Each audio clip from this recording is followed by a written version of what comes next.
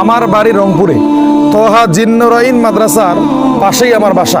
আদনান হুজুরকে আমি ছোটবেলা থেকে চিনি, তার জন্ম, তার বেড়ে ওঠা, তার খেলাধুলা, এমনকি তিনি যে মসজিদে আগে বয়ান করতেন এবং যে মসজিদে সবসময় বসে থাকতেন সেখানে আমার বাসা। তাকে আমি ছোট থেকে চিনি।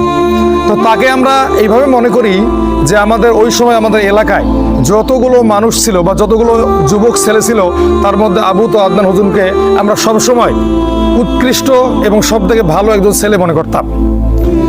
যে ছোটবেলা থেকে কখনো অপরাধ করে নাই, অন্যায় করে নাই, কোনো মেয়ের দিকে চোখ তুলে তাকায় নাই, সে আজকে এত বড় স্কলার হতে হয়ে গেছে, এত বেশি জনপ্রিয়তা অর্জন করেছে, সে আজকে অন্য একটা মেয়ের প্রেমে পড়বে, এটা কি কল্পনা করা যায়? এটা কি চিন্তা করা যায়?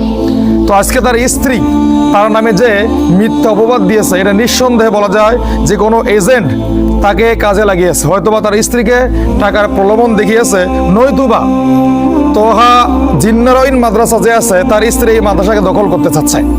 আবু তো আদনান হুজুরের জনপ্রিয়তাকে কাজে লাগিয়ে যেভাবে বিরোধী দল তৈরি হয় একটা দলকে নষ্ট করার জন্য, তো আবু তো আদনান হুজুরের নাম যশ খ্যাতিকে মাটির সঙ্গে মিশিয়ে দিয়ে তার স্ত্রী তার জায়গাটা দখল করতে চাচ্ছে। তো বাংলাদেশের 16 কোটি মানুষের কাছে আমি আহ্বান করব, দয়া করে সবাই আবু তো আদনান হুজুরের পাশে থাকবেন এবং সর্বক্ষণ তাকে এই নিরাপত্তা আমাদের দেওয়ার দায়িত্ব।